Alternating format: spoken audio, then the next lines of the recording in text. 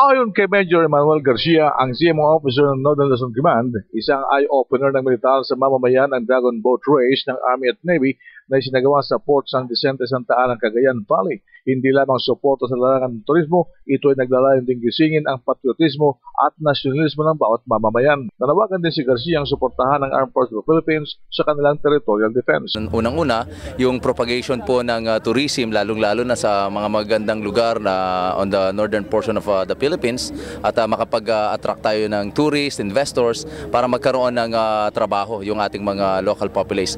Pangalawa, ito yung propagation din ng awareness ng ang ating mga tao doon sa ating northern territories. Marami dito sa mga islands natin and places, hindi natin alam na nag-i-exist. Yung pala'y parte ng ating bansa. So gusto nating makita yun ng ating mga kababayan, research on it, ano ang kanilang dapat malaman, and of course, support our armed forces, support the government agencies na naglalayong protektahan itong mga teritoryo natin na ito nang sa ganun ay mapakinabangan ng ating mga kababayan. Si Major Emmanuel Garcia, nagpasalamat naman si Vice Mayor Pinky Rodriguez ng Santa Ana, Cagayan sa suporta ng militar sa kanilang programang Mayangat ang Turismo sa kanilang lalawigan. Overwhelming po. I'm just so happy that they are willing to do all this stuff with us. Napakaganda pong convergence to between the Armed Forces of the Philippines, the soldiers, and the civilian, us. So ano panawagan nyo sa ating mga kababayan, partikular sa inyong sinusulong na turismo? Ang panawagan ko lang po is this tourism activity such this. I'm doing this beyond politics.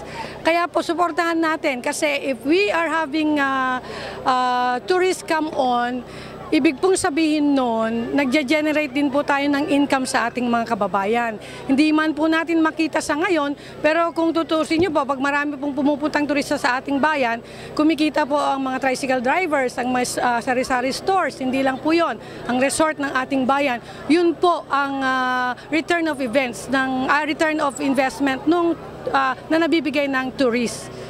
At saka sa isang tourist destination na gaya ng Santa Ana. So ang panawagan ko po is sama-sama lang, wala pong ito para sa kasayahan lamang ng taong bayan. Yan ang DCRS News sa Santa Ana, Cagayan.